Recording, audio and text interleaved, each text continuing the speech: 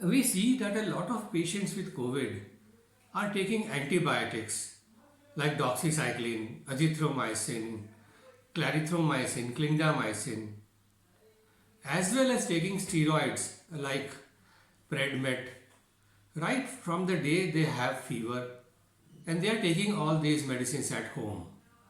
Are these medicines really useful, or is it possible that they may be causing more harm than good? Let us see. First, we need to know that we are being attacked on a daily basis by different microorganisms who try to invade into our body. These microorganisms are of different varieties. The commonest are the bacteria, then viruses like the COVID virus, fungus, and parasites like malaria. Now, against each of these, we have different types of drugs which act. Mostly the antibiotics act against the bacteria, the antivirals act against viruses, and antiparasitic agents like malaria, and so on. So we have now at our disposal a lot of antibiotics. These antibiotics are commonly known as broad spectrum antibiotics like doxycycline, azithromycin, meropenem, cefuroximine, and other things. Main thing to understand here is that these antibiotics will act only against bacteria and not against parasites, viruses, or fungi. They cannot touch any virus, and viruses are pretty happy even if you give them antibiotics. So, and initially, all over the world, people try to use antibiotics to treat COVID. But after a lot of study, it was finally understood that this was a myth, that COVID-19 is caused by a virus and antibiotics do not work against virus, they work only against bacteria. And this is borne out further by the statement of a senior person at the WHO, and you can listen right now. So it's not a bacteria. And using antibiotics to treat COVID 19 will not help because it's a virus and not a bacteria.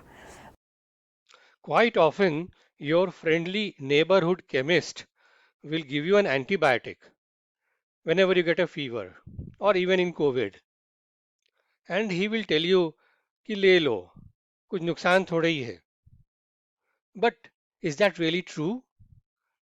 Can antibiotics actually cause harm in viral infections like COVID?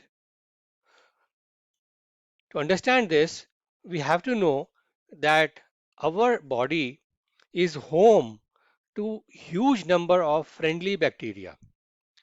These friendly bacteria live in our lungs, in our intestines, on our skin, in our throat, everywhere. And they are present in huge numbers. They are present 10 times the number of our own cells. They carry out amazing tasks for us. Because they live in our house, they keep the house spick and span. They take care of metabolism. They instruct the metabolic machinery of our body when to metabolize glucose, when to convert it into fat. They extract micronutrients from our food and helps digest the food. They protect against toxins, but most important, they are tightly enmeshed with the immune system. Do you know that your intestine is the largest immune organ in the body? Large number of immune cells are there, right, sitting right next to this microbiome. And this microbiome then instructs the immune system how to react to a particular situation, whether to take it easy or whether to react aggressively. Now, considering that all that is happening, we see here an example that this is a microbiome, this is a bacteria which sees a incoming rotavirus and it right away calls the immune cell inside the body. Why, hey guys, we got a situation here, incoming rotavirus. And the immune cell responds, no problem, boss. What troops do you need? We'll be right there. Therefore, the presence of these sentries, these people, these guys, the good guys inside your gut, inside your lungs is very important. And they are prehistoric bacteria. Therefore, it is now understood that if you really want to stay fit, you want to stay slim, you want to stay healthy, and you want to stay energetic, and you should have a good immune system, you need these good bugs inside of you working at their best. The thing becomes even more of use, even more important when we know about the gut lung axis. There is a very close connection between the gut and the lungs. If something goes wrong in your gut, it right away affects your lungs and vice versa. Now, in the context of SARS-CoV, we know that the COVID virus gains entry into our body through two portals, through two doors. One is your lungs and the upper respiratory tract, and another is through your intestine, which also has a fair number of receptors for the virus. So now, having known about the microbiome, let us see what is the use of the microbiome. Now, when we eat some good food which has flavonoids in it, that food has to be digested by your friendly bacteria in the gut. This friendly bacteria then digests that food and extracts a molecule by the name des-aminotyrosine or DAT and gives it to us. This DAT is important because this DAT can recognize a viral attack in the lungs and then recruit other molecules like interferon, and they then destroy the virus and our lungs become happy and healthy again. So now understand that for all this to happen, we need the right food, we need the right bacteria to digest this food so that we get the right molecule at our disposal. To prove this hypothesis, scientists did an experiment with mice. And in these mice, they took two groups of mice. They gave one group antibiotics, the group on the right here. They gave them antibiotics, and what these antibiotics did, they destroyed the bacteria in the gut, the friendly bacteria in the gut. Then after some time, they exposed both the groups of mice to influenza virus. Now, influenza virus attacks the lungs, and it was seen that those bacteria, those mice who were actually treated with antibiotics did not mount a good response to the influenza virus. The virus multiplied freely in their lungs, and these mice became very sick, and some of these mice died as well. Whereas those mice which were not given antibiotics, they had tackled this infection, this viral infection, very easily and remained healthy. So, what was happening here? The absence of the gut bacteria meant that there was not enough DAT which was being produced from the food that they ate. And when they actually measured the DAT level of the blood in both the groups of mice, they found that DAT was severely depleted in those bacteria treated with antibiotics. So that again emphasizes the importance of the good bacteria being there, producing the right molecule so that our lungs can remain healthy. The next experiment which was done was in healthy volunteers. They again take two group of volunteers, give antibiotics to one group of volunteers on the right side, and you can see that their gut microbiome was depleted. Those bacteria were harmed by the antibiotics. And then they gave both the groups of volunteers a vaccine against flu. And then they measured the response to the vaccine in both these group of individuals. What they found was very surprising. In those group of individuals who had received no antibiotics, the response to the vaccine was very good. They produced antibodies and they were therefore protected from further viral illnesses or attack from the flu virus.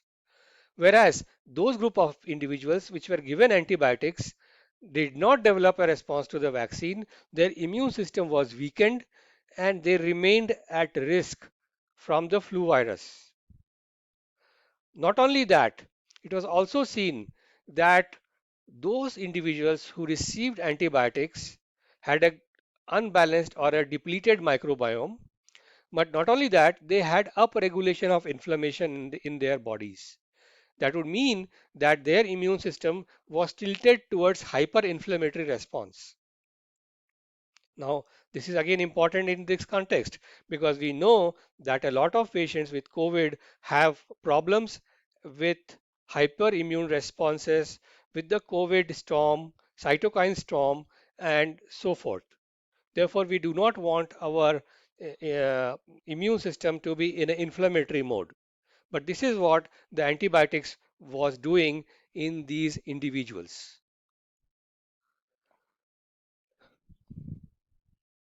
Then a number of research papers have been released recently where they showed that those patients who succumbed to the COVID virus, who did not do well with the COVID virus, had an unbalanced microbiome in the gut.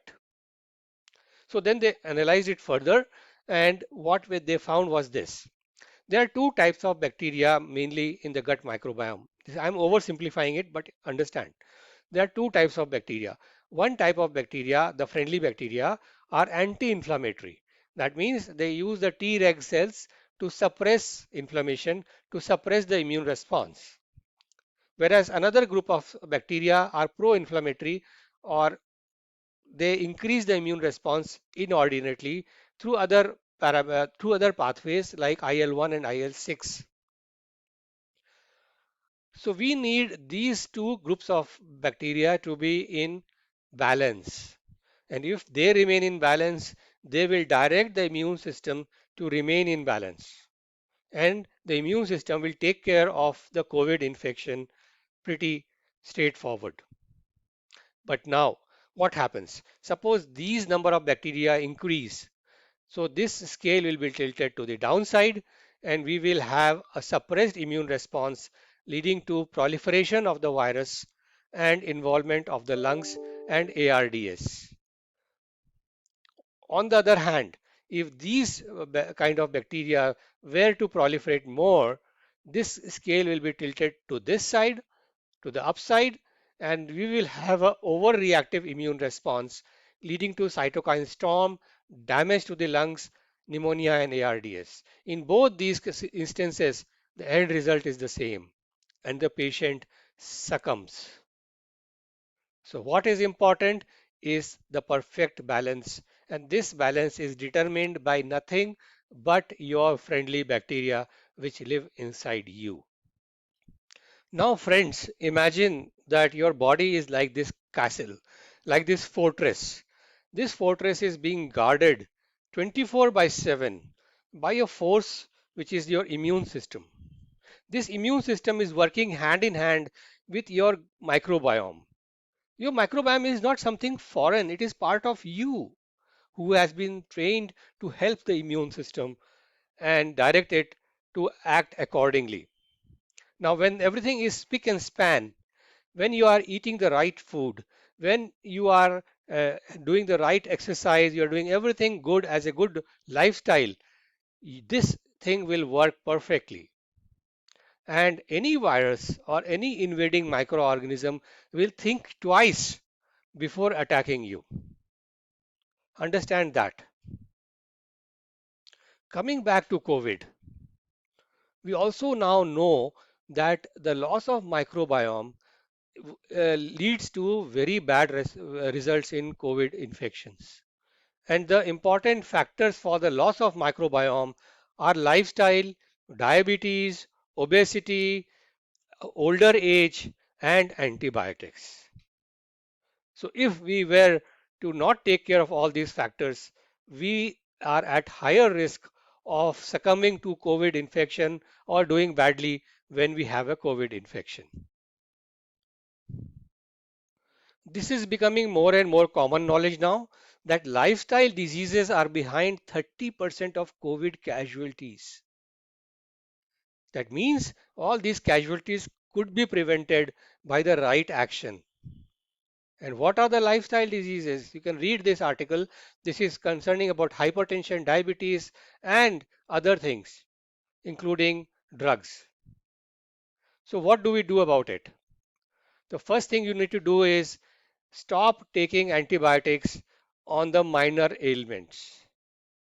Do not take doxycycline, meropenem, azithromycin, clindamycin, and that mycin or that mycin for minor ailments, and definitely do not take them in viral illnesses, because it is very well established now that they do not work in viral illnesses, but what they do is that they destroy your friendly gut bacteria, the friendly lung bacteria, and that throws your immune system off balance, as we saw in those previous experiments.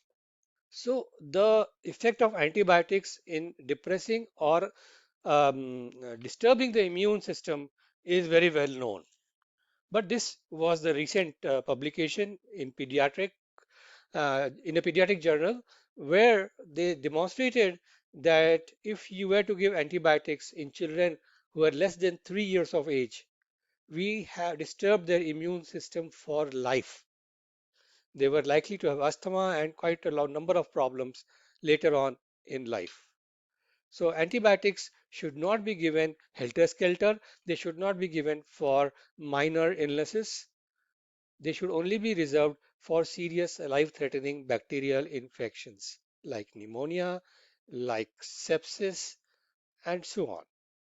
Now, apart from these medicines which are antibiotics, there are other sources where we get these things.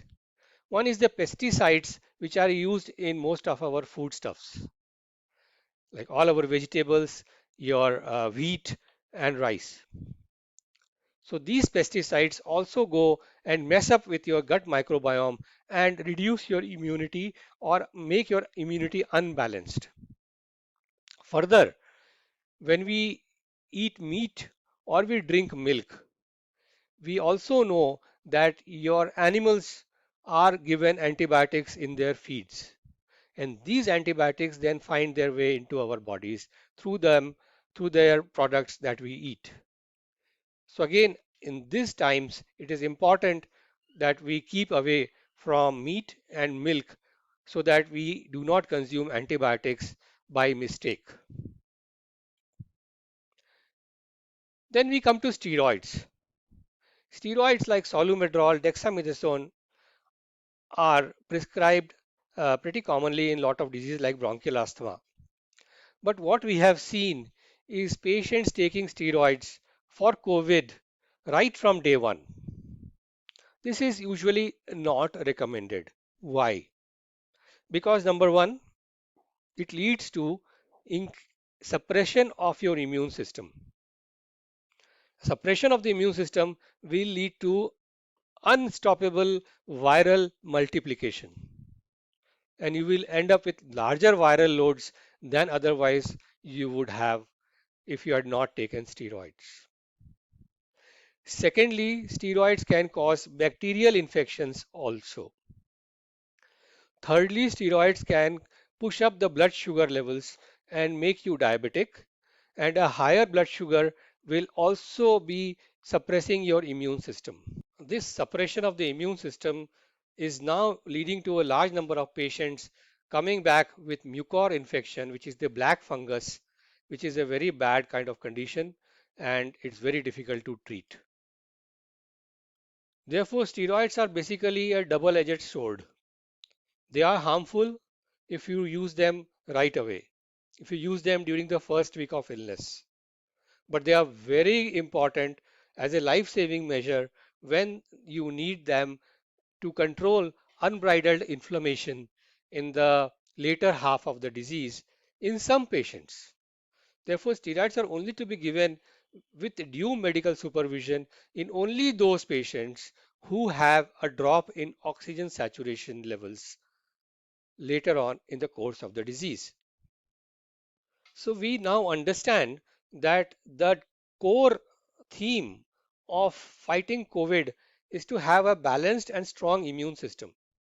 And one more way of going towards that is by eating the right food. If you were to eat more sugary foods, more processed foods, what would be happening? You would be inviting bad bacteria to colonize your gut. These bad guys will start to punch holes into your gut lining, leading to a condition which is known as the leaky gut syndrome. And this leaky gut syndrome is associated with a hyperinflammatory immune response. And a hyperinflammatory immune response is the one which leads to cytokine storm and patients going on ventilator within a few days. Then let's talk about obesity. Obesity is also associated with a very defective microbiome. And we know that obese persons have a bad results when they get COVID infection. So everything is tying up with how your lifestyle is. We have had number of epidemics in the past, swine flu, dengue, COVID, all of them have been viral epidemics. Did not have any drug to fight most of them. In COVID, till today, we do not have a drug which can kill the virus. We know that drugs like favipiravir, drugs like ivermectin, things like plasma transfusion are absolutely not useful at all. Yes, we treat the patients, we support the patients, we give them steroids, we give them remdesivir, we give them tocilizumab in the later part of the disease when there is lot of lung damage because of hyperactive immune system, so that we can support the patient and till the time that the patient can clear the virus by himself. So what we need is a good balanced immune system working with a healthy microbiome. And towards this, we need to keep away from antibiotics, especially when they are not indicated, and also steroids in the early part of the disease when they are not indicated. In fact, the focus needs to be squarely on your immune system. When you are going to pop a pill, always think twice. Is this going to help my immune system or harm my immune system?